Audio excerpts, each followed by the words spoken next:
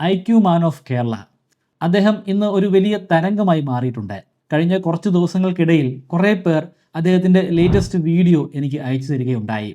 എല്ലാവർക്കും അറിയേണ്ടത് ഇതിൻ്റെ സത്യാവസ്ഥയാണ്. ശരിക്കും ഫോട്ടോഗ്രാഫിക് മെമ്മറി ഉണ്ടോ? ഉണ്ടെങ്കിൽ തന്നെ എന്താണ് ഈ ഫോട്ടോഗ്രാഫിക് മെമ്മറി? അതെങ്ങനെയാണ് യാഥാർത്ഥ്യമാകുന്നത്? അദ്ദേഹം അവസാനത്തെ വീഡിയോയിൽ പറഞ്ഞതുപോലെ എല്ലാവർക്കും ഫോട്ടോഗ്രാഫിക് മെമ്മറി ഉണ്ടാക്കിയെടുക്കാൻ സാധിക്കുമോ? അതിൻ്റെ അടിസ്ഥാനത്തിൽ ഞാൻ നിരവധി ശാസ്ത്ര പ്രബന്ധങ്ങളിലൂടെ കടന്നുപോയി. ആ പ്രബന്ധങ്ങളുടെയൊക്കെ ലിങ്ക് ഞാൻ ഡിസ്ക്രിപ്ഷനിൽ കൊടുത്തിട്ടുണ്ട്. അതിലൂടെ എനിക്ക് മനസ്സിലാക്കാൻ സാധിച്ചത് എല്ലാ ആളുകളിലും ഒരു പരിധിവരെ ഫോട്ടോഗ്രാഫിക് മെമ്മറി ഉണ്ടാക്കിയെടുക്കാൻ സാധിക്കുമെന്നാണ്.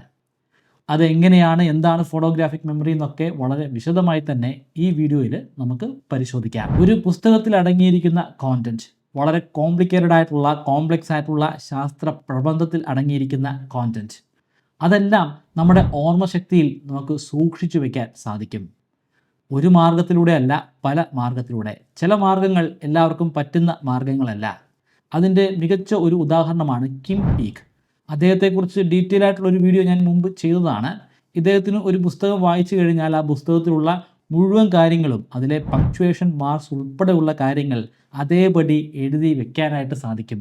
എത്ര കാലം വേണമെങ്കിലും അദ്ദേഹത്തിന് ഓർമ്മയിൽ ഇതൊക്കെ സൂക്ഷിച്ചു വെക്കാൻ സാധിക്കും.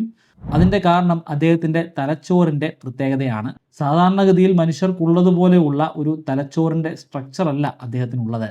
ആ കാര്യങ്ങളിലേക്ക് ഞാൻ ഇവിടെ കിടക്കുന്നില്ല. താല്പര്യമുള്ളവർക്ക് ആ വീഡിയോയുടെ ലിങ്ക് ഞാൻ ഐ ബട്ടണിൽ കൊടുക്കാം, പരിശോധിക്കുക. രണ്ടാമത്തെ കൂട്ടർ നമ്മുടെ ഐക്യു മാനെ പോലെയുള്ള, അജി സാറിനെ പോലെയുള്ള ആളുകളാണ്. ഫോട്ടോഗ്രാഫിക് മെമ്മറിയാണ് അവർക്ക് ഉള്ളതായി പറയുന്നത്. അതൊരു വലിയ വിഭാഗം ആളുകളൊന്നുമില്ല. വളരെ വളരെ റയറായിട്ട് മാത്രമാണ് അത്തരക്കാരെ കാണാൻ സാധിക്കുന്നത്. പക്ഷേ ആരിലും ശാസ്ത്രീയമായിട്ടുള്ള ഒരു പഠനവും നടത്തി വിജയിച്ചിട്ടില്ലെന്ന് പറയാം. കുറച്ചാളുകളിലൊക്കെ പഠനങ്ങൾ നടത്തിയിട്ടുണ്ട്. ആ പഠനങ്ങളൊക്കെ പരാജയമായിരുന്നു. അവർക്കൊരു ഫോട്ടോഗ്രാഫിക് മെമ്മറി ഇല്ല. അവർക്കുള്ളത് നിമോണിക് പരമായിട്ടുള്ള മെമ്മറിയാണ്, അല്ലെങ്കിൽ നിമോണിക് വിദ്യകൾ ഉപയോഗിച്ചിട്ട് അവർ കാര്യങ്ങൾ ഓർത്തെടുക്കുകയാണെന്നാണ് പല പഠനങ്ങളിലും പ്രൂവ് ചെയ്തിരിക്കുന്നത്. പക്ഷേ അജിസാറിൻ്റെ കേസിൽ അത്തരത്തിലുള്ള ഒരു പഠനങ്ങളും നടത്തിയിട്ടില്ല. നമുക്ക് ഇൻ്റർവ്യൂകളിലൂടെയൊക്കെ മനസ്സിലാക്കാൻ സാധിക്കുന്നത് അദ്ദേഹത്തിനുള്ളത് ശരിക്കുമുള്ള ഒരു ഫോട്ടോഗ്രാഫിക് മെമ്മറി ആണെന്ന് തന്നെയാണ്. ഫോട്ടോഗ്രാഫിക് മെമ്മറിയുമായി ബന്ധപ്പെട്ട് ശാസ്ത്രജ്ഞർ നടത്തിയിട്ടുള്ള പഠനങ്ങളിൽ വളരെ പ്രശസ്തമായിട്ടുള്ള ഒരു പഠനം എലിസബത്ത് എന്ന ഒരു സ്ത്രീയിൽ ഹാർവേഡ് യൂണിവേഴ്സിറ്റി നടത്തിയ ഒരു പഠനമായിരുന്നു. ആ പഠനം ഒരു ഘട്ടത്തിൽ വിജയമായിരുന്നു, എന്നാൽ മറ്റൊരു ഘട്ടത്തിൽ അത് പരാജയപ്പെടുകയും ചെയ്തു. മൂന്നാമത്തെ കൂട്ടർ നിമോണിക്സ്, അല്ലെങ്കിൽ പല തരത്തിലുള്ള കോഡുകളും ട്രിക്കുകളും മെത്തേഡുകളും ഒക്കെ ഉപയോഗിച്ച് വളരെ കോംപ്ലിക്കേറ്റഡ് ആയിട്ടുള്ള കാര്യങ്ങൾ ഓർമ്മയിൽ ദീർഘനാളത്തേക്ക് സൂക്ഷിച്ചു വെക്കുന്ന ആളുകളാണ്. ഇവർക്ക് ജന്മനാൽ അത്തരത്തിലുള്ള ഒരു കഴിവുമില്ല.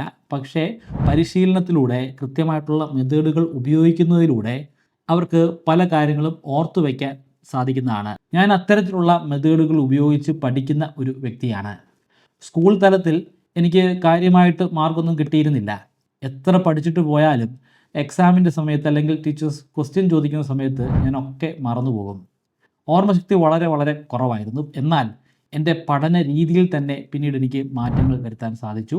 പല രീതിയിലുള്ള നിമോണിക്സ് ഉപയോഗിച്ച് എനിക്ക് ദീർഘനാളത്തേക്ക് കാര്യങ്ങൾ ഓർത്തു വയ്ക്കാൻ സാധ്യമായി. അതിലൂടെ എനിക്കെൻ്റെ പല സ്വപ്നങ്ങളും യാഥാർത്ഥ്യമാക്കാൻ സാധിച്ചു. ഞാൻ നേടിയെടുത്ത നേട്ടങ്ങളൊന്നും ഞാനിവിടെ വിവരിക്കുന്നില്ല. താല്പര്യമുള്ളവർക്ക് എൻ്റെ ചാനലിൻ്റെ ഡിസ്ക്രിപ്ഷൻ ഒന്ന് പരിശോധിക്കാം. അവിടെ എൻ്റെ പ്രൊഫൈൽ ഞാൻ കൊടുത്തിട്ടുണ്ട്. അതിൽ എൻ്റെ വിദ്യാഭ്യാസ യോഗ്യതയും ഞാൻ നേടിയെടുത്ത നേട്ടങ്ങളുമൊക്കെ വിശദമായിട്ട് വിശദീകരിച്ചിട്ടുണ്ട്. നിമോണിക്സ് അത് നമ്മുടെ പഠന രീതിയെ കുറച്ചുകൂടെ ഈസിയാക്കുന്ന, കുറച്ചുകൂടെ രസകരമാക്കുന്ന ഒരു പ്രക്രിയയാണ്. വളരെ അനായാസമായിട്ട്, വളരെ കോംപ്ലിക്കേറ്റഡ് ആയിട്ടുള്ള പല കാര്യങ്ങളും നമുക്ക് ഓർത്തു വയ്ക്കാൻ സാധിക്കുന്നതാണ്. ഞാൻ ഉപയോഗിച്ചിട്ടുള്ള മെത്തേഡുകളും വ്യത്യസ്തമായിട്ടുള്ള വേറെയും പല മെത്തേഡുകളും ചേർത്ത് 10-28ഓളം ചാപ്റ്റേഴ്സ് വരുന്ന ഒരു കോഴ്സ് ബ്രൈറ്റ് കേരളൈറ്റിൻ്റെ വെബ്സൈറ്റിലും അതുപോലെ ആൻഡ്രോയിഡ് ആപ്ലിക്കേഷനിലും ഇപ്പോൾ പബ്ലിഷ് ചെയ്തിട്ടുണ്ട്. 3000 രൂപയാണ് കോഴ്സിൻ്റെ ഫീ. എന്നാൽ ഇപ്പോൾ രജിസ്റ്റർ ചെയ്യുകയാണെങ്കിൽ നിങ്ങൾക്ക് 20% ഡിസ്കൗണ്ട് ലഭിക്കുന്നതാണ്. അതിനുവേണ്ടി സ്ക്രീനിൽ കാണുന്നത് പോലെ MBK20 എന്ന പ്രൊമോ കോഡ് ഉപയോഗിക്കുക. ഡിസ്ക്രിപ്ഷനിലും ഫസ്റ്റ് കമൻറ്റിലും ഞാൻ ലിങ്ക് കൊടുക്കുന്നുണ്ട്. ആ ലിങ്ക് ഉപയോഗിച്ചിട്ട് നിങ്ങൾക്ക് ജോയിൻ ചെയ്യാൻ സാധിക്കും. ഇങ്ങനൊരു വെബ്സൈറ്റിലൂടെ കോഴ്സ് നടത്താനുള്ള കാരണം വെറുതെ 27 ചാപ്റ്റേഴ്സ് കണ്ട് ആ കോഴ്സ് അവസാനിപ്പിക്കുന്ന ഒരു പഠന രീതിയല്ല ഇത്.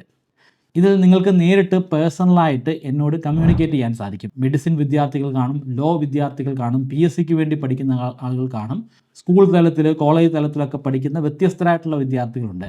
അപ്പോൾ അവർക്കൊക്കെ പഠിക്കേണ്ടത് വ്യത്യസ്തമായിട്ടുള്ള കാര്യങ്ങളാണ്. അപ്പോൾ ഓരോ കാര്യങ്ങളും എങ്ങനെയാണ് ഈ മെത്തേഡുകൾ ഉപയോഗിക്കുന്നതെന്ന് ഞാൻ നേരിട്ട് നിങ്ങളുടെ സ്റ്റഡി മെറ്റീരിയൽ ഉപയോഗിച്ചിട്ട് പറഞ്ഞു തരുന്നതാണ്. അതിനുവേണ്ടി കൂടിയാണ് ഒരു വെബ്സൈറ്റും അതുപോലെ ആൻഡ്രോയിഡ് ആപ്പും ഞാൻ തുടങ്ങിയിരിക്കുന്നത്.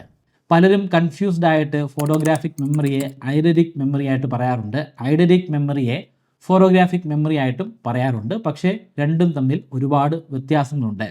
ആദ്യം ഐഡന്റിക് മെമ്മറി എന്താണെന്ന് നമുക്കൊന്ന് പരിശോധിക്കാം. ഐഡന്റിക് മെമ്മറി ശാസ്ത്രീയമായിട്ട് തെളിയിച്ചിട്ടുള്ള മെമ്മറിയാണ്. നല്ലൊരു ശതമാനം കുട്ടികളിലും ഈ ഐഡന്റിക് മെമ്മറി നമുക്ക് കാണാൻ സാധിക്കും. ഇന്ത്യയിൽ അത്തരത്തിലുള്ള പഠനങ്ങൾ നടത്തിയിട്ടില്ല, പക്ഷേ അമേരിക്കയിൽ പഠനങ്ങൾ നടത്തിയിട്ടുണ്ട്. 12 വയസ്സിൽ താഴെയുള്ള അമേരിക്കയിലെ സിറ്റിസൺസ് ആയിട്ടുള്ള കുട്ടികളിൽ 15% ആളുകൾക്കും ഈ ഐഡന്റിക് മെമ്മറി ഉണ്ട്. പിന്നീട് അവർക്ക് പ്രായമാകുമ്പോഴേക്കും ആ മെമ്മറി ക്രമേണ ഇല്ലാതെയാകുന്നതാണ്. അതിൻ്റെ കാരണം അവർക്ക് ലഭ്യമാകുന്ന ഭാഷയിലുള്ള അറിവും ജ്ഞാനവുമാണ്. ഐഡന്റിക് മെമ്മറി എന്ന് പറയുന്നത് ശരിക്കും പറഞ്ഞാൽ ഒരു ബുക്കിലുള്ള കോണ്ടന്റ് അതേപടി ഓർത്തു വയ്ക്കുന്നതൊന്നുമല്ല. ഒരു കുട്ടിക്ക് ഒരു ദൃശ്യം കാണാൻ സാധിച്ചു എന്ന് കരുതുക. ആ കാണുന്നത് ഏതാനും സെക്കൻഡുകൾ നേരത്തേക്ക് മാത്രമാണ്. അതിനുശേഷം ആ കുട്ടിക്ക് പടം വരയ്ക്കാൻ സാധിക്കുമെങ്കിൽ അത് അതേപടി തന്നെ ആ കുട്ടിക്ക് വരയ്ക്കാൻ സാധിക്കും. ഏതാനും ആഴ്ചകൾ മുതൽ മാസങ്ങൾ വരെ ഈ മെമ്മറി ഉണ്ടായിരിക്കുന്നതാണ്. പ്രായമാകുന്ന ആളുകളിൽ ഇത്തരത്തിലുള്ള മെമ്മറി ഉണ്ടാവാൻ സാധ്യതയില്ല, പക്ഷേ പല ആളുകളിലും ഇങ്ങനെയുള്ള മെമ്മറി ഉണ്ടെന്ന് പറഞ്ഞു വരാറുണ്ട്. പലപ്പോഴും അതിൻ്റെ ശാസ്ത്രീയമായിട്ടുള്ള പഠനങ്ങൾ നടത്തുമ്പോൾ അവർ പറയുന്നതൊക്കെ തെറ്റായിരുന്നു എന്ന് മനസ്സിലാക്കാൻ സാധിച്ചിട്ടുണ്ട്. അവർ ഏതെങ്കിലും നിമോണിക് ടെക്നിക്ക് ഉപയോഗിച്ചിട്ടായിരുന്നു അത്തരത്തിലുള്ള കാര്യങ്ങളൊക്കെ ഓർത്തു വെച്ചിരുന്നത്. ഐഡന്റിക് മെമ്മറി പൂർണ്ണമായിട്ടും പ്രായം ചെന്നവരിൽ കാണാൻ സാധിക്കില്ലെന്നല്ല, വളരെ വളരെ റെയറായിട്ട് മാത്രം അത് കാണാൻ സാധിക്കാറുണ്ട്. പലപ്പോഴും ആർട്ടിസ്റ്റുകളായിട്ടുള്ള ആളുകളിലാണ് അത് കാണാൻ കഴിയുക. ഏതെങ്കിലും ഒരു ലാൻഡ്സ്കേപ്പ് കണ്ട് പിന്നീട് മടങ്ങി അവരുടെ വീട്ടിൽ എത്തിച്ചേർന്നതിന് ശേഷം അത് അതേപടി തന്നെ വരയ്ക്കാൻ സാധിക്കുന്ന ആളുകളുണ്ട്, പക്ഷേ വളരെ വളരെ ചെറിയൊരു ശതമാനം മാത്രമാണ് അവർ. ഐഡന്റിക് മെമ്മറിയിൽ കുട്ടികൾ ഓർത്തു വയ്ക്കുന്നത് ശരിക്കും പറഞ്ഞാൽ ആ ദൃശ്യമൊന്നുമല്ല. അവർ ചിന്തിക്കുമ്പോൾ അവരുടെ മനസ്സിലേക്ക് ആ ദൃശ്യം വീണ്ടും വീണ്ടും വരികയൊന്നുമില്ല. അവരുടെ മനസ്സിലേക്ക് വരുന്നത് ഡീറ്റെയിലുകളാണ്. അവിടെ അടങ്ങിയിരിക്കുന്ന ഓരോ വസ്തുക്കളും അതിൻ്റെ നിറങ്ങളും ആ നിറത്തിൻ്റെ ഷെയ്ഡുകളും മാത്രമായിരിക്കും ഓർമ്മയിൽ ഉണ്ടായിരിക്കുക. ഈ അടുത്തിടയ്ക്ക് മലയാളത്തിൽ ഇറങ്ങിയ ഐഡൻറ്റിറ്റി എന്ന സിനിമയിലെ തൃഷ അവതരിപ്പിച്ച ആ കഥാപാത്രത്തിന് ഐഡന്റിക് മെമ്മറിയാണെന്ന് നമുക്ക് പറയാം. കാരണം തൃഷയ്ക്ക് ടൊവിനോയുടെ മുഖം അതേപടി ഓർത്തു വയ്ക്കാനൊന്നും സാധിക്കുന്നില്ല, പക്ഷേ അതിൻ്റെ ഓരോ ഡീറ്റെയിലുകളും അറിയാം. പിക്ചർ എടുത്തതുപോലെയുള്ള ഒരു ദൃശ്യം തൃഷയുടെ മനസ്സിലുണ്ടായിരുന്നെങ്കിൽ തൃഷയ്ക്ക് നേരിട്ട് തന്നെ പറയാമായിരുന്നു അത് ടൊവിനോയുടെ കഥാപാത്രം തന്നെയാണെന്ന്. പക്ഷേ അങ്ങനെ പറയാൻ സാധിക്കുന്നില്ല. അതിൻ്റെ അർത്ഥം അത് ഐഡന്റിക് മെമ്മറി ആണെന്നാണ്. ഇനി നമുക്ക് ഫോട്ടോഗ്രാഫിക് മെമ്മറി എന്താണെന്ന് പരിശോധിക്കാം. അതാണ് നമ്മുടെ IQ-മാനുള്ള മെമ്മറി. പ്രഗത്ഭരായിട്ടുള്ള ഒരുപാട് ആളുകൾക്ക് ഫോട്ടോഗ്രാഫിക് മെമ്മറി ഉള്ളതായി പറയപ്പെടുന്നുണ്ട്. Nikola Tesla, Leonardo da Vinci, Kim Peek, Elizabeth, Akira Haraguchi. Akira ഹരഗൂച്ചിയുടെ പ്രത്യേകത അദ്ദേഹത്തിന് പൈയുടെ 1,00,000 ഡെസിമൽ പോയിന്റ്സ് മനഃപ്പാടമാക്കി പറയാൻ സാധിക്കും. ഫോട്ടോഗ്രാഫിക് മെമ്മറിയിൽ ചിത്രങ്ങളും ദൃശ്യങ്ങളും മാത്രമല്ല, പുസ്തകത്തിൽ അടങ്ങിയിരിക്കുന്ന സകല കോണ്ടന്റും അവർക്ക് ഓർത്തു വയ്ക്കാൻ സാധിക്കും.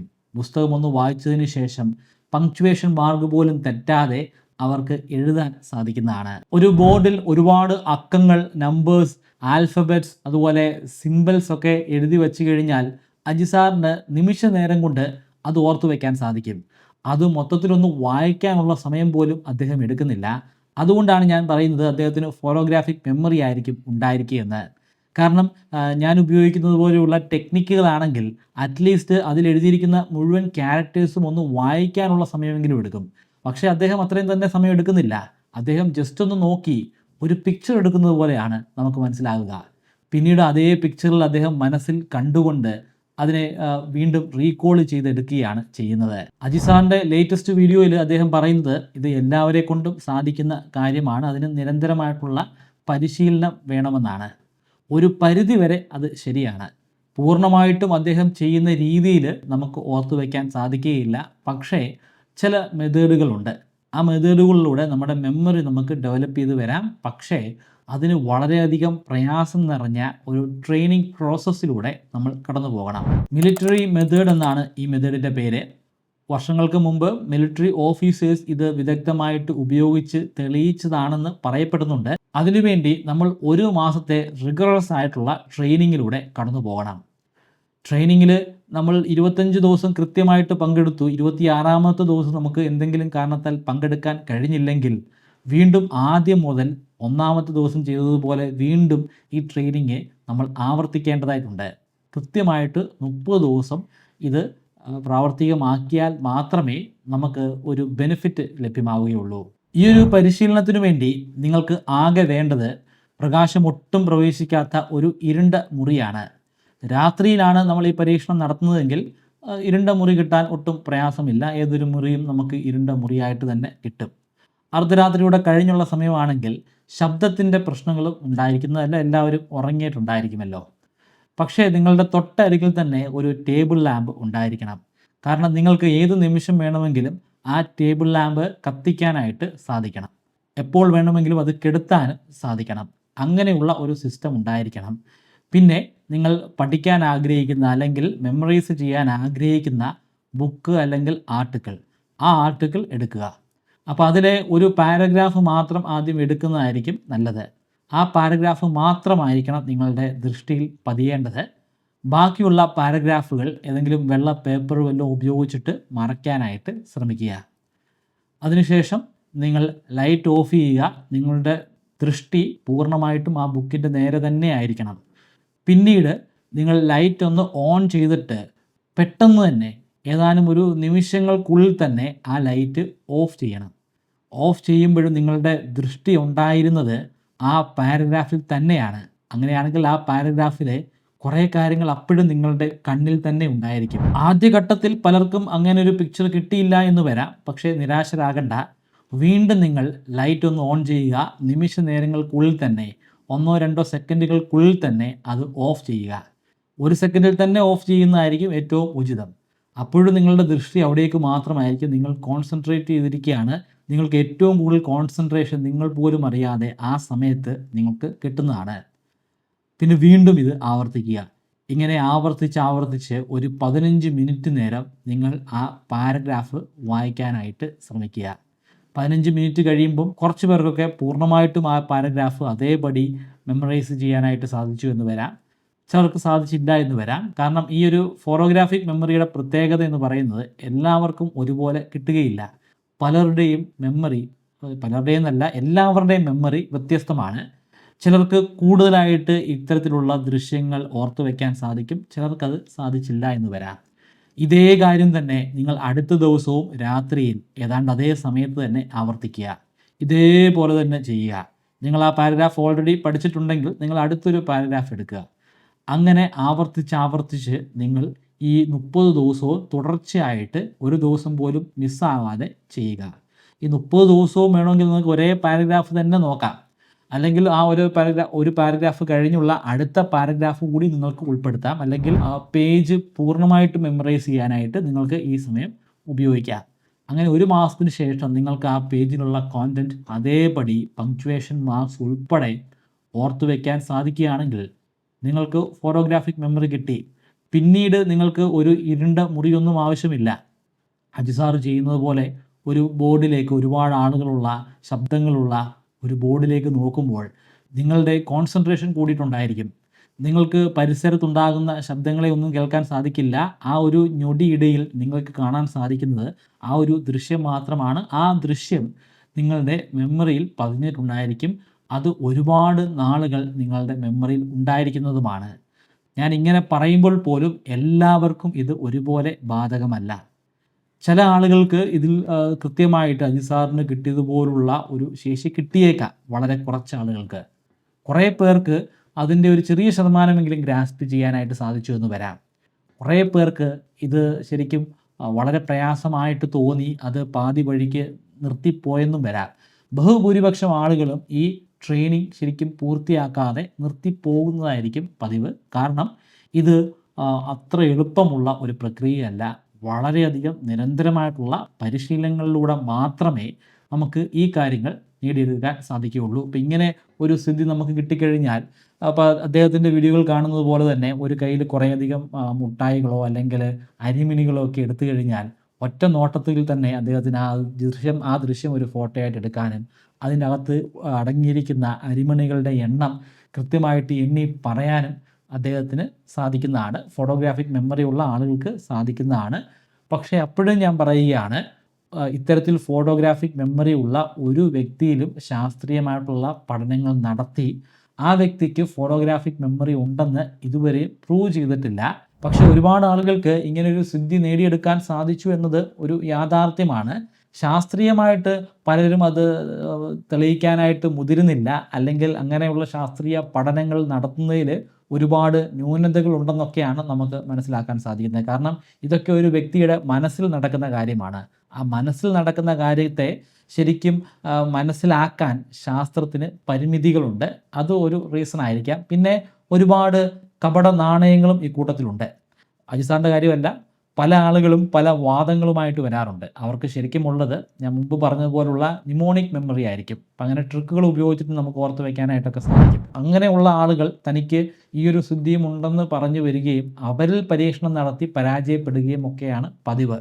ഇപ്പോൾ ഈ നിമോണിക് ആയിട്ടുള്ള ഈ കോഡുകൾ ഉപയോഗിച്ചിട്ട് ഇപ്പം അജിസാറ് ഓർത്ത് വെച്ചതുപോലെ തന്നെ ഒരു ബോർഡിലുള്ള കാര്യങ്ങൾ എനിക്കോ നിങ്ങൾക്കോ ഒക്കെ ഓർത്ത് വയ്ക്കാൻ സാധിക്കും. ആ കോഡുകളുടെ സഹായത്താൽ നമുക്ക് ചെയ്യാനായിട്ട് സാധിക്കും.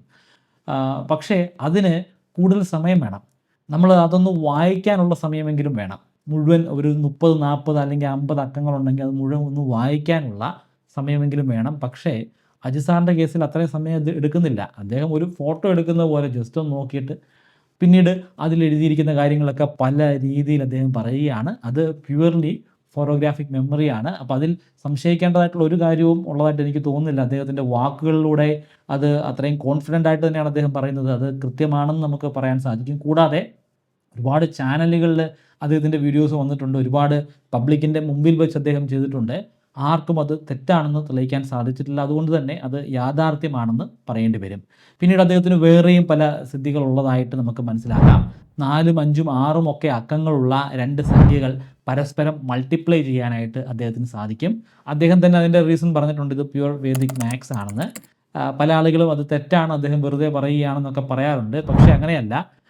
വേദിക് മാത്സ് എന്ന് പറയുന്ന ഒരു റിയാലിറ്റിയാണ്. വേദിക് മാത്സ് പഠിപ്പിക്കുന്ന പല സ്ഥാപനങ്ങളുമുണ്ട്. അങ്ങനെ ഒരുപാട് ആളുകൾ പഠിക്കുന്നുണ്ട്. വേദിക് മാത്സ് ഉപയോഗിച്ച് വളരെ കോംപ്ലിക്കേറ്റഡ് ആയിട്ടുള്ള കാൽക്കുലേഷൻസ് നടത്തിയിരുന്ന ഒരു ഇന്ത്യൻ മാത്തമെറ്റീഷ്യൻ ആയിരുന്നു ശകുന്തള ദേവി.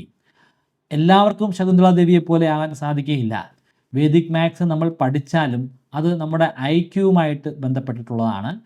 അതായത് അജിസാറിന് ഒരു സാധാരണ വ്യക്തിയുടെ ഒരു ഐക്യു അല്ല ഉള്ളത്, അതിന് മുകളിലുള്ള ഐക്യു ഉണ്ട്. അതിനോട് ഒപ്പം തന്നെ അദ്ദേഹത്തിന് ഫോട്ടോഗ്രാഫിക് മെമ്മറിയുമുണ്ട്. ഫോട്ടോഗ്രാഫിക് മെമ്മറി ഉള്ള എല്ലാ ആളുകൾക്കും ഐക്യു ഉയർന്നതായിരിക്കണമെന്നില്ല. ഓർമ്മശക്തി അല്ല ശരിക്കും ഐക്യു കൊണ്ട് ഉദ്ദേശിക്കുന്നത്. ഒരു വ്യക്തിക്ക് ചിലപ്പോൾ ഒരു 100 ശാസ്ത്ര പ്രബന്ധങ്ങൾ, ഒരേ വിഷയത്തിലുള്ള 100 ശാസ്ത്ര പ്രബന്ധങ്ങൾ ഓർത്തു വയ്ക്കാൻ സാധിച്ചു എന്ന് വരാം ഈ ഫോട്ടോഗ്രാഫിക് മെമ്മറിയിലൂടെ. അത് ഈസി ആയിട്ടുള്ള കാര്യമല്ല. പക്ഷേ അങ്ങനെ സാധിച്ചു എങ്കിൽ പോലും ആ വ്യക്തിക്ക് ആ ശാസ്ത്ര പഠനങ്ങളുടെ അടിസ്ഥാനത്തിൽ പുതുതായിട്ട് ഒരു ശാസ്ത്ര പ്രബന്ധം ഉണ്ടാക്കാനോ ഒരു പുതിയ കണ്ടെത്തൽ ഉണ്ടാക്കിയെടുക്കാനോ സാധിച്ചു എന്ന് വരികയില്ല. അദ്ദേഹത്തിന് ഓർത്തു വയ്ക്കാനുള്ള ഒരു ശേഷിയാണുള്ളത്. പക്ഷേ ഉയർന്ന ഐക്യു ഉള്ള ഒരു വ്യക്തിക്കായിരിക്കും അത്തരത്തിലുള്ള പഠനങ്ങളിലൂടെ അദ്ദേഹത്തിന് പുതിയ ശാസ്ത്രീയമായിട്ടുള്ള കണ്ടെത്തലുകൾ കൊണ്ടുവരാൻ സാധിക്കുക. അതിന് ഒത്തിരി ഉയർന്ന ഒരു ഐക്യമൊന്നും വേണമെന്നില്ല. ഒരു ശാസ്ത്ര പ്രബന്ധം പബ്ലിഷ് ചെയ്യാനായിട്ട് ഒരു സാധാരണക്കാരനും സാധിക്കുന്ന കാര്യമാണ്. അപ്പോൾ അതിൻ്റെ ഒരു ഉദാഹരണമാണ് ഞാനൊരു സാധാരണക്കാരനാണ്. എൻ്റെ ഐക്യു ഞാൻ ഇതുവരെ ടെസ്റ്റ് ചെയ്തിട്ടില്ല. പക്ഷേ എനിക്ക് തന്നെ അറിയാം എൻ്റെ ഐക്യു എത്രമാത്രം നോർമൽ ആയിരിക്കുമെന്ന് എനിക്കറിയാം. പക്ഷേ കഴിഞ്ഞ 2 വർഷങ്ങൾക്കിടയിൽ എനിക്ക് 10ഓളം ശാസ്ത്ര പ്രബന്ധങ്ങൾ, അതും ആസ്ട്രോണമി ആൻഡ് ആസ്ട്രോഫിസിക്സ് വിഭാഗത്തിൽ എനിക്ക് പ്രസിദ്ധീകരിക്കാൻ സാധിച്ചിട്ടുണ്ട്. ഗൂഗിൾ സ്കോളറിൽ എൻ്റെ പേര് വിഷ്ണു വാസുദേവ് എന്ന് സെർച്ച് ചെയ്ത് കഴിഞ്ഞാൽ എൻ്റെ പ്രൊഫൈൽ തന്നെ കിട്ടും. ഞാൻ പബ്ലിഷ് ചെയ്തിട്ടുള്ള സകല ശാസ്ത്ര പ്രബന്ധങ്ങളുടെയും ഡീറ്റെയിലുകൾ നിങ്ങൾക്ക് നേരിട്ട് തന്നെ കിട്ടുന്നതാണ്. എന്നെ അതിനൊക്കെ സഹായിച്ചത് ശരിക്കും മെമ്മറി മെത്തേഡുകളും നിമോണിക്സും കോഡുകളും ട്രിക്കുകളും ഒക്കെയാണ്. അദ്ദേഹത്തിൻ്റെ മറ്റൊരു കഴിവെന്ന് പറയുന്നത് അദ്ദേഹത്തിന് വളരെയധികം അകലെയുള്ള ഒരു ബോർഡിലോ വല്ലതും എഴുതിയിരിക്കുന്ന വാചകങ്ങൾ അദ്ദേഹത്തിന് വായിക്കാൻ സാധിക്കുന്നു എന്നുള്ളതാണ്. അത് ബോർഡ് തന്നെ ആകണമെന്നില്ല. നമ്മുടെ കണ്ണിനൊരു പരിധിയുണ്ട്. ആ പരിധിക്കും അപ്പുറത്തേക്ക് വളരെ അകലെയുള്ള ഒരു പുസ്തകം, ഒരു ടെക്സ്റ്റ് പുസ്തകത്തിൽ എഴുതിയിരിക്കുന്ന കാര്യങ്ങൾ അദ്ദേഹം വായിക്കുന്നതായിട്ട് നമുക്ക് കാണാൻ സാധിക്കും. അപ്പോൾ അതിൽ ശാസ്ത്രീയ വശം എന്തെന്ന് ചോദിച്ചു കഴിഞ്ഞാൽ സാധ്യതകളുണ്ട്. കാരണം നമുക്ക് ഈ വസ്തുക്കളൊക്കെ കാണാൻ സാധിക്കുന്നത് നമ്മുടെ റെറ്റിനയിൽ അടങ്ങിയിരിക്കുന്ന ഫോട്ടോ റിസപ്റ്റേഴ്സിൻ്റെ സഹായത്താലാണ്. അവിടെ റോഡ് സെല്ലുകളുണ്ട്, അതുപോലെ തന്നെ കോൺ സെല്ലുകളുണ്ട്. കോൺ സെല്ലിൻ്റെ പ്രത്യേകത എന്ന് പറയുന്നത് കോൺ സെല്ല് ഉപയോഗിച്ചിട്ട് നമുക്ക് നിറങ്ങളെ വേർതിരിച്ച് അറിയാൻ സാധിക്കും. കൂടാതെ ഷാർപ്നെസ്സിനും കൂടുതൽ പ്രാധാന്യം നൽകുന്നത് ഈ കോൺ സെല്ലുകളാണ്. അപ്പം ഒരു വ്യക്തിയിൽ കൂടുതലായിട്ട് കോൺ സെല്ലുകൾ ഉണ്ടെങ്കിൽ അകലെയുള്ള അക്ഷരങ്ങൾ വായിക്കാൻ അങ്ങനെയുള്ള ആളുകൾക്കൊരു പ്രത്യേക സിദ്ധി ഉണ്ടായിരിക്കുന്നതാണ്. അത് യാഥാർത്ഥ്യമായിട്ടുള്ളൊരു കാര്യമാണ്. അതിൻ്റെ ദൂരപരിധി എത്രമാത്രമാണെന്ന് ചോദിച്ചാൽ അതിന് കൃത്യമായിട്ടുള്ള ഉത്തരമില്ല. കാരണം അതൊക്കെ ഓരോ വ്യക്തികളനുസരിച്ച് മാറുന്നതാണ്. നോർമലി നമുക്ക് പറയാൻ സാധിക്കും ഇത്ര സെൻറ്റിമീറ്ററിനുള്ളിലാണെങ്കിൽ ഒരു സാധാരണ മനുഷ്യന് വായിക്കാൻ പറ്റുമെന്ന്. പക്ഷേ സൂപ്പർ നോർമലായിട്ടുള്ള ഇവരുടെ കാര്യങ്ങൾ നമുക്കങ്ങനെ പറയാൻ സാധിക്കുകയില്ല. അത്തരത്തിലുള്ള ശാസ്ത്ര പഠനങ്ങളൊന്നും എനിക്ക് കാണാനും സാധിച്ചിട്ടില്ല. ഞാനതൊക്കെ ഒന്ന് സെർച്ച് ചെയ്ത് നോക്കിയിരുന്നു. നിങ്ങൾക്കതുമായി ബന്ധപ്പെട്ട എന്തെങ്കിലും ഡീറ്റെയിലുകൾ ഉണ്ടെങ്കിൽ അതൊന്ന് കമൻറ്റ് ബോക്സിൽ രേഖപ്പെടുത്തുക. എനിക്കും ഈ വീഡിയോ കാണുന്ന മറ്റ് പലർക്കും അത് പ്രയോജനപ്രദമായിരിക്കും. മിലിറ്ററി മെത്തേഡിന് പുറമെ മെമ്മറി ഇംപ്രൂവ് ചെയ്യാനായിട്ട് വേറെയും പല മാർഗങ്ങളുണ്ട്. പല ഗെയിമുകൾ കളിക്കുന്നതിലൂടെ നമുക്ക് ഇമ്പ്രൂവ് ചെയ്യാനായിട്ട് സാധിക്കും. നമ്മുടെ ഫോണിലൊക്കെ അത്തരത്തിലുള്ള ഗെയിമുകൾ ഉണ്ട്. അതായത് ഒരു പ്രത്യേക പാറ്റേണിലുള്ള വസ്തുക്കൾ കണ്ടതിന് ശേഷം വീണ്ടും ആ പാറ്റേൺ റീക്രിയേറ്റ് ചെയ്യുന്ന തരത്തിലുള്ള ഗെയിമുകൾ. അതുപോലെ ക്രോസ്വേഡ് പസിലുകൾ കൂടുതലായിട്ട് ചെയ്യുന്നവർക്ക് മെമ്മറി പവർ വർദ്ധിക്കുന്നതാണ്. നമ്മുടെ ഭക്ഷണത്തിൽ അല്ലെങ്കിൽ ഡയറ്റിൽ omega-3 ഫാറ്റി ആസിഡിൻ്റെ സാന്നിധ്യം ഉണ്ടെങ്കിൽ നമ്മുടെ മെമ്മറി കൂടുമെന്ന് ശാസ്ത്രീയമായി കണ്ടെത്തിയിട്ടുണ്ട്. സാൽമൺ ഫിഷ് അല്പം വില കൂടിയിട്ടുള്ള മീനാണ്. ആ മത്സ്യം ഭക്ഷിക്കുന്നതിലൂടെ നമുക്ക് omega-3 ഫാറ്റി ആസിഡ് കൂടുതലായിട്ട് കിട്ടും. ഓർമ്മശക്തി കൂടാനുള്ള സാധ്യതയുണ്ട്. കോഫി കുടിക്കുന്നത് നല്ലതാണ്, പക്ഷേ ഒരുപാട് കോഫി കുടിച്ചാൽ അത് മെമ്മറിയെ ബാധിക്കും. ഒരു ദിവസം 1-2 കപ്പ് കോഫി കുടിക്കുന്നത് കുഴപ്പമില്ല. അത് ശരിക്കും നമ്മുടെ മെമ്മറി ഒന്ന് ബൂസ്റ്റ് ചെയ്യുകയാണ് ചെയ്യുന്നത്. എല്ലാ ആളുകളുടെയും കണ്ണിൻ്റെ വലിപ്പത്തിൽ വ്യത്യാസമുണ്ടാവാറുണ്ട്. വളരെ നേരിയ വ്യത്യാസമാണെങ്കിലും വ്യത്യാസമുണ്ട്. ചിലർക്ക് കോർണിയയുടെ വലിപ്പം അല്പം കൂടുതലായിരിക്കും. ലെൻസിൻ്റെയും കോർണിയയുടെയും വലിപ്പം അല്പം ഒന്ന് കൂടിയാൽ പോലും കൂടുതൽ പ്രകാശത്തിന് നമ്മുടെ കണ്ണിൻ്റെ ഉള്ളിലേക്ക് പ്രവേശിക്കാൻ സാധിക്കുന്നതാണ്. അങ്ങനെയുള്ള ആളുകൾക്കും വളരെ അകലെയുള്ള ദൃശ്യങ്ങൾ വ്യക്തമായിട്ട് കാണാൻ സാധിക്കും. ഓസ്ട്രേലിയയിലെ യഥാർത്ഥ ആളുകളായിട്ടുള്ള അബോർജിനൽസ്, അവിടെ മൈഗ്രേറ്റ് ചെയ്ത് വന്നിട്ടുള്ള ആളുകളെക്കുറിച്ചല്ല ഞാൻ പറയുന്നത്. അബോർജിനൽസ് വിഭാഗത്തിൽപ്പെട്ട ആളുകൾക്ക് വളരെ അകലെയുള്ള വസ്തുക്കളെ വായിക്കാൻ സാധിക്കുമെന്ന് ശാസ്ത്രീയമായിട്ട് കണ്ടെത്തിയിട്ടുണ്ട്. എല്ലാ അബോർജിനൽസിലും ഇത് കാണാൻ സാധിച്ചിട്ടില്ല, പക്ഷേ നല്ലൊരു ശതമാനം ആളുകളിലും ഇത് ഉള്ളതായിട്ട് ശാസ്ത്രീയമായിട്ട് കണ്ടെത്തിയിട്ടുണ്ട്. നിങ്ങൾക്കും ഇതുപോലെ തന്നെ ശാസ്ത്ര പ്രബന്ധങ്ങൾ പബ്ലിഷ് ചെയ്യാനോ അല്ലെങ്കിൽ കോംപ്ലിക്കേറ്റഡ് ആയിട്ടുള്ള പല കാര്യങ്ങളും പഠിച്ചെടുക്കാനോ ഒക്കെ സാധിക്കുന്നതാണ്. ഇപ്പോൾ ഞാൻ അഡീഷണൽ ആയിട്ട് ഈ ഒരു കോഴ്സിൻ്റെ കൂടെ തന്നെ PSCക്ക് വേണ്ടി ഒരു സെപ്പറേറ്റ് ചാപ്റ്റർ ക്രിയേറ്റ് ചെയ്തിട്ടുണ്ട്. ഒരു 20 മിനിറ്റോളം ദൈർഘ്യം വരുന്ന ഒരു വീഡിയോ ആണ്. അതിൽ PSCക്ക് വേണ്ട കാര്യങ്ങൾ എങ്ങനെയാണ് പഠിക്കുന്നതെന്ന് വിശദീകരിച്ചിട്ടുണ്ട്. പിന്നെ ഇക്വേഷൻസ് പഠിക്കാൻ വളരെയധികം പ്രയാസമായിരിക്കും. കോംപ്ലിക്കേറ്റഡ് ആയിട്ടുള്ള ഇക്വേഷൻസ് പഠിക്കാൻ വേണ്ടി ഒരു ചാപ്റ്റർ കൂടി ഞാൻ ക്രിയേറ്റ് ചെയ്തിട്ടുണ്ട്. ഇത് രണ്ടും നിലവിൽ അവൈലബിൾ ആണ്. ഓൾറെഡി രജിസ്റ്റർ ചെയ്തിട്ടുള്ള ആളുകൾക്കും അത് ആക്സസ് ചെയ്യാം. പുതുതായിട്ട് രജിസ്റ്റർ ചെയ്യാൻ പോകുന്നവർക്കും ഈ കാര്യങ്ങൾ ആക്സസ് ചെയ്യാൻ സാധിക്കുന്നതാണ്. ആ ഇക്വേഷൻ മെത്തേഡുകൾ ഉപയോഗിച്ചിട്ട് വളരെയധികം ദൈർഘ്യമുള്ള ഒരു ഡെറിവേഷൻ പോലും നമുക്ക് മെമ്മറൈസ് ചെയ്യാൻ സാധിക്കും. പക്ഷേ അങ്ങനെ മെമ്മറൈസ് ചെയ്യരുതെന്നേ ഞാൻ പറയുകയുള്ളൂ. അങ്ങനെ ചെയ്തുകൊണ്ട് ഒരു കാര്യമില്ല. നമുക്ക് എക്സാമിന് മാർക്ക് കിട്ടുമായിരിക്കും, അതൊക്കെ അതേപടി എഴുതി വെക്കാൻ സാധിക്കുമായിരിക്കും. പക്ഷേ അതിൽ നിന്ന് നമുക്ക് കിട്ടുന്ന അറിവ് വളരെ മോശമായിരിക്കും. പക്ഷേ ഇക്വേഷൻസ് അത് നമ്മൾ മെമ്മറൈസ് ചെയ്യേണ്ട കാര്യം തന്നെയാണ്. ഇക്വേഷൻസ് ഉറപ്പായിട്ടും ഈ മെത്തേഡ് ഉപയോഗിച്ചിട്ട് നിങ്ങൾക്ക് മെമ്മറൈസ് ചെയ്യാൻ സാധിക്കും. അതും വളരെ രസകരമായ രീതിയിൽ നിങ്ങൾക്ക് പഠിക്കാൻ സാധിക്കുന്നതാണ്. ഒരിക്കൽ കൂടി ഞാൻ ഓർമ്മിപ്പിക്കുന്നു, ലിങ്ക് ഞാൻ ഡിസ്ക്രിപ്ഷനിലും ഫസ്റ്റ് കമൻറ്റിലും കൊടുക്കുന്നുണ്ട്, പരിശോധിക്കുക.